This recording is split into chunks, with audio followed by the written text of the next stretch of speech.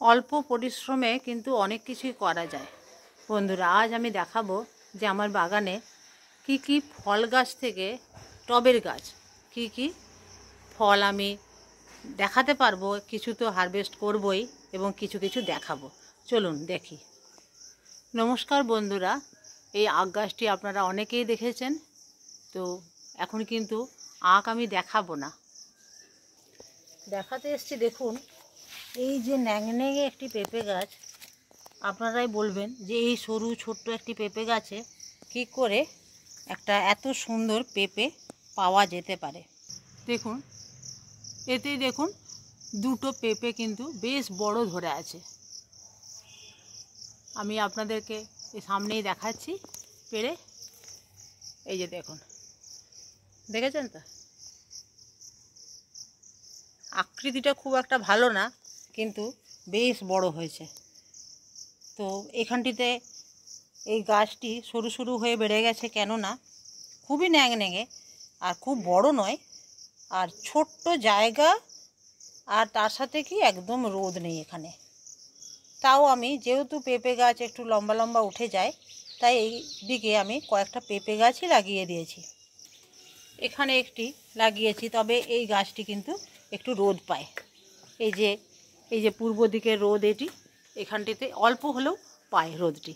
তো এই গাছটিতে যে পেঁপেগুলি এখন ধরছে, তাতে কিন্তু সেগুলি আমি পাকতে দিই এবং খুব মিষ্টি, খুব মিষ্টি। চলুন এবার দেখে নিই আর কি ধরেছে। এই যে এই প্যাকেটটি আমি কিন্তু ঢাকা দিয়ে দিয়েছিলাম, কেননা দেখবেন আমরা আপেল খোসা শুদ্ধ খাই, অনেক ফলই খোসা শুদ্ধ খায়, খোসা না ছাড়িয়েও খায় অনেকে আপেল।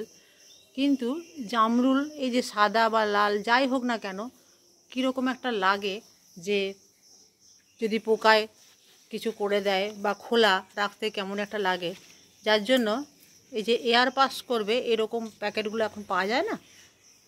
তো এগুলো কটনেরই, এছাড়া এরকম ব্যাগও পাওয়া যায় যেগুলো ফলের কভার করে রাখে যাতে পোকাতে না আক্রমণ করে, যার জন্য আমি এটি কভার করে রেখেছিলাম।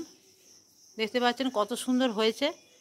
আর এটিতে অনেকই ধরতো, আমার নিজের দোষেই এটি হয়নি।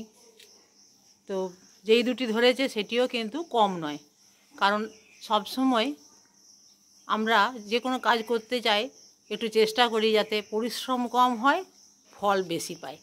তো এইটির ক্ষেত্রেও আমি সেটিই করতে গেছিলাম, যার জন্য আর ফলটি ঠিকমতো পাওয়া যায়নি। ফলের গাছে সাধারণত একটু হাড় গুঁড়ো, শিংকুচি এবং কলার খোসা ভেজানো জল, এই সমস্তগুলো দিলে ফল কিন্তু খুব ভালো পাওয়া যায়। এরপর চলুন দেখে নিই ছোট্ট একটি টবে একটি পেয়ারা গাছ। এই পেয়ারা গাছটিতে কিন্তু প্রচুর প্রচুর পেয়ারা ধরতে শুরু করে দিয়েছে। এখানেই দেখুন একটি, দুটি পেয়ারা গাছে সাধারণত অনেক পেয়ারাই হয়, তবে জাতটি যদি খুব ভালো হয়, এই পেয়ারা গাছের জাতটি হলো ভেতরটি লাল। আমি এটা জেনেই নিয়ে এসেছিলাম যে ভেতরটি লাল, কারণ আমার পেয়ারা গাছ অনেকগুলো আছে। তো এই ভেতর লাল পেয়ারা কিন্তু একটাও নেই, ছিল না, যার জন্য। এছাড়া আর এর যে আলাদা করে কি নাম আছে সেটা আমি কিন্তু জানি না। তো পেয়ারাটি কিন্তু খুব মিষ্টি। আর আমাদের বাগানে অল্প জায়গায় অল্প পরিশ্রমে আর এর চেয়ে বেশি তো কিছু চাই না। তবে আমরা চেষ্টা করব যাতে গাছে পোকামাকড় না হয়, যার জন্য নিম জল দিই আমি। আর মিলিবাগ কিন্তু হয় পেয়ারা পাতার পিছন দিকে, স্থলপদ্মের পিছন দিকে, পাতার এই যে পাতার তলায়, এবং যেগুলো হয় বেগুন গাছের বিশেষ করে, তো সেক্ষেত্রে নিম জল দিলে কিন্তু অনেকটাই সুরাহা হয়। আর এক্ষেত্রে দেয়া ওই মাটি তৈরির সময় একটু গোবর সার, শুকনো গোবর সার, আর না হলে ভার্মি কম্পোস্ট, আর এছাড়া খোল জল, সবজি পচা তরল সার, এবং জৈবভাবেই পুরোটা মাটিটা তৈরি। সবজির খোসা, পাতা পচা, ফলের খোসা, 70% দিয়ে আমি যেভাবে মাটিগুলো তৈরি করি সমস্ত গাছের ক্ষেত্রে একইভাবে কিন্তু ফলের গাছের ক্ষেত্রেও করে থাকি। এরপর চলে এসেছি বন্ধুরা আরেকটি পেয়ারা গাছে। এই পেয়ারা গাছটি কিন্তু আমার কাছে খুবই প্রিয়, কেননা এটি অনেক দিন ধরেই আমি ফল পাচ্ছি এবং প্রচুর ফল পাই। আর ফলটি খুব সুন্দর, খুব সুন্দর। এখন আমি দেখাতে পাচ্ছি না কতগুলো ধরেছে, তাও যেহেতু গাছটি অনেক বড় হয়ে গেছে। আর এই অবস্থায় কিন্তু ফুলও কিছু ঝরে যায়, কিছু ছোট ছোট জালি হয়েও ঝরে যায়। এতে ঘাবড়াবার কিছু নেই, কারণ এটা প্রকৃতিরই নিয়ম। সমস্ত কিছু হবে না, কিছু ঝরে যাবে। আর আমাদেরকে খানিকটা চেষ্টাও করতে হবে ম্যাক্সিমামটা যাতে ফলাতে পারি।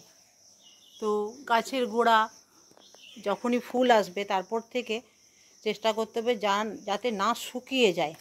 আবার ওভার জলও কিন্তু ভালো না, দেখতে হবে যাতে গোড়াটা শুকিয়ে না যায়।